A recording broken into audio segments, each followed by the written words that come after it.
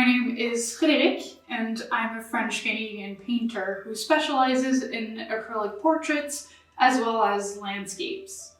I decided to make a video today to discuss how I price my artwork. I'm well aware that a lot of people who want to commission artwork don't really know how to gauge the cost of a piece, and a lot of newer artists tend to not be certain as to how to price their work or to justify their pricing to their client. So after doing some research on my own, figuring out what takes me longer, what creates more value in a piece as per my own judgment, I figured I might as well share my knowledge and create this video for you. So I broke down the categories or the criteria that will affect the price of a piece of artwork, and I will share them with you.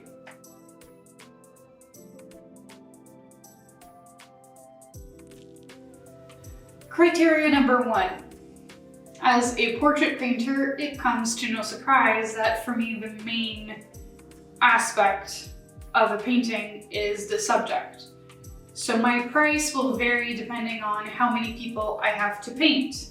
If you ask me for a painting of one person, it's going to be less work for me than, let's say, 2, 3, and more. So it will really depend on how many subjects, how much of the subject you see. As you can see behind me, you have varying options. Here you have a full body painting. Here you have basically a half body up. And up here you have just portraits that show only their faces. As you probably guessed, the full body is more work, so the more of a person that you show in the painting, the more expensive the work is going to get. The clothing that the subject is wearing is also quite important. If I have to paint clothing that is fairly simple, like here a black cami, it's going to be a lot faster for me and thus most likely cheaper for you. A dress like this is more work because of all of the draping of the fabric. However, personally, what I find most challenging to accomplish is patterns.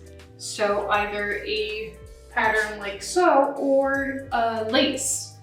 So the more pattern there is in the clothing, the more time consuming the painting is going to get and the more expensive it will be.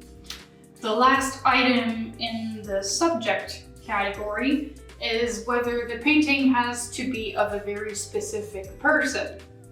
What I mean by that is if you're commissioning a painting of a family member, I need to ensure that the final product bears a resemblance of the subject. Whereas if you're just looking for, let's say, a painting of dancers, and it does not matter who the dancers are, then I don't have to spend quite as much time making sure that I nail all of the likeness of the subjects. As long as they look good, the proportions are accurate, I can go on and move on to other aspects of my painting. Whereas if it's an actual person that you want the painting to look like, I need to make sure that, the little wrinkles are perfect, that the hair color is perfect. Every detail I need to absolutely nail, which means I will be going back again and again many times, and thus take more time and skill, which will make the painting more expensive. So criteria number 2 is going to be background. A background that is simpler, just maybe a couple of colors blending into each other, is going to be a lot more quick to create than, let's say, a full forest or a cityscape. The more you have going on in your background, the longer it will take to paint, and thus the more expensive your painting will be.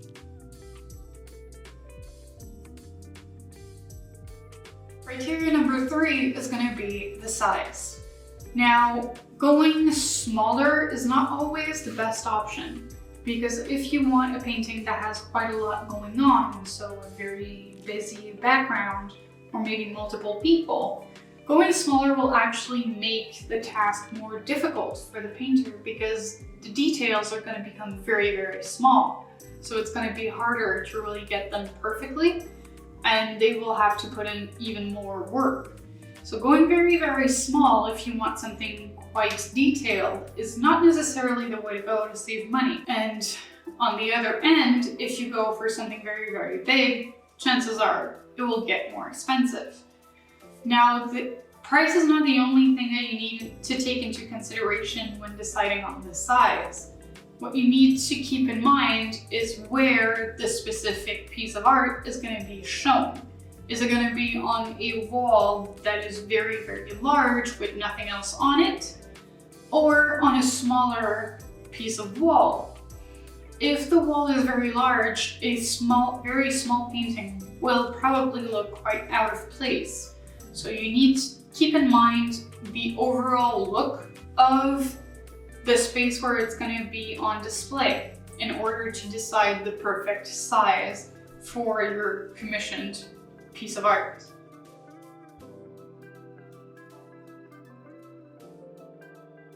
Criteria number 4 is going to be materials.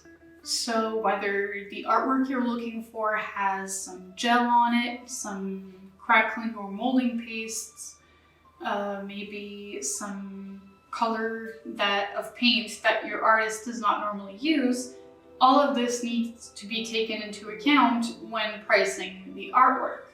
Also, it goes without saying, a larger canvas will not only be more expensive in itself, but also require more paint to cover and thus drive up the price.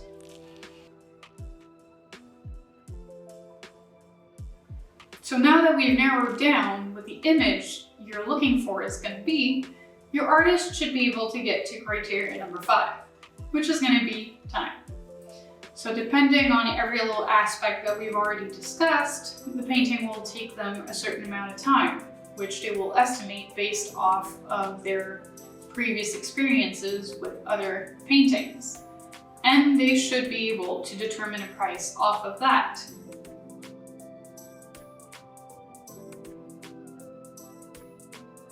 And our last criteria is going to be art prints.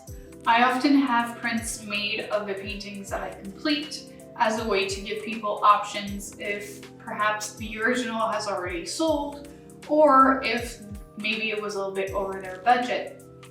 However, I always give the option to the people who commission work from me to decide to refuse for me to make art prints of their commissioned work. Maybe they prefer to be the only owner of this image, or maybe the painting features a family member. However, if I cannot have art prints made, that means that I'm forfeiting any income I would have made off of them, and thus I will have to adjust the price of the artwork accordingly. And that wraps up all the criteria that I use to price artwork. I hope I answered any questions you may have had. If not, feel free to ask them in the comments. Thank you for watching and have a wonderful day.